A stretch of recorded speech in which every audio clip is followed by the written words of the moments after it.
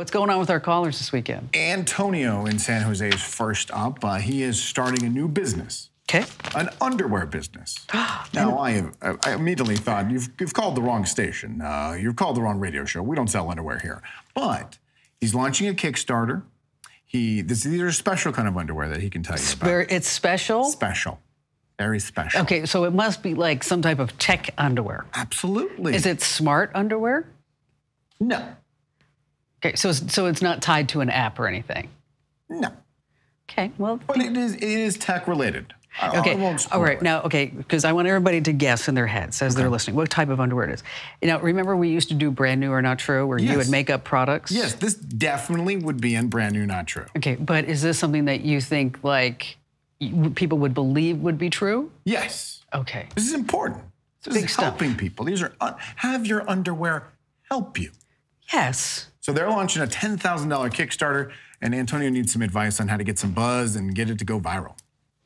Got it. So you're an underwear man. Yes, I am, Kim. It's great to be with you today. Well, thank you for your call. So tell us about the magical underwear.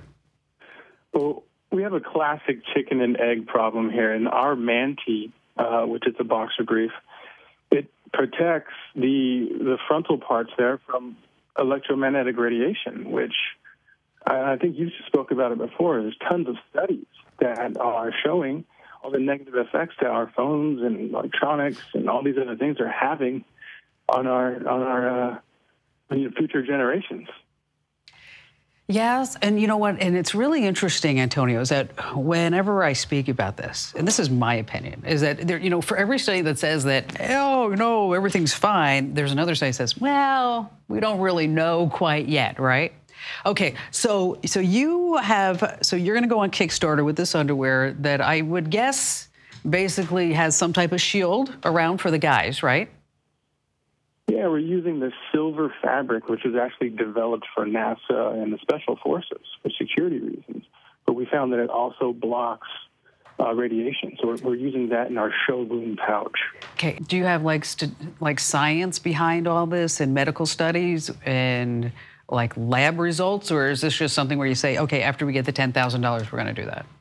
So we tested the fabric, and the fabric definitely blocks radiation. And we've done the research, and there are tons of studies showing that phones that emit, which are all of them, radiation, do affect the testicles. And so what this fabric does is it blocks that radiation, so there's no radiation getting to the testicles. But our plan is to allocate some of the proceeds from the sales of these products to further research, so we can get some more confirmation on how exactly these phones are affecting us. What are you calling the underwear? Calling them Manties. The Manties. Instead of panties, we got the Manties. All right, and so you want? Are you asking my advice on how you can get the Kickstarter campaign? Like, not instead of $10,000, you're going to blow through a couple million? Yeah, we want to go on fire. We want to get on fire right now, and all we have now is a landing page, which makes it really easy for people to go to and share. It's all automated and ready for people just to put in their email address and share with the world. So it's priced very fairly, and we're making it in Silicon Valley, too. Well, that's awesome. Now, here's the problem with Kickstarter projects, is that there are so many, right? Right. And there's also Indiegogo and then the other sites that are out there. I probably get pitched, probably about a half a dozen different Kickstarter-type projects a day.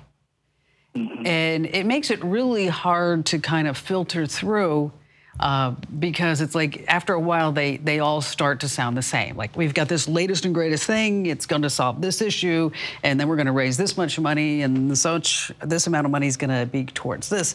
And so you kind of need something to kind of push your message out, right?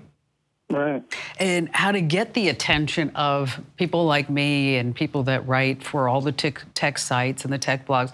I mean, your best case would be, truly, your best case would be, is if you could get somebody at the Daily Mail to pick up about this Kickstarter campaign.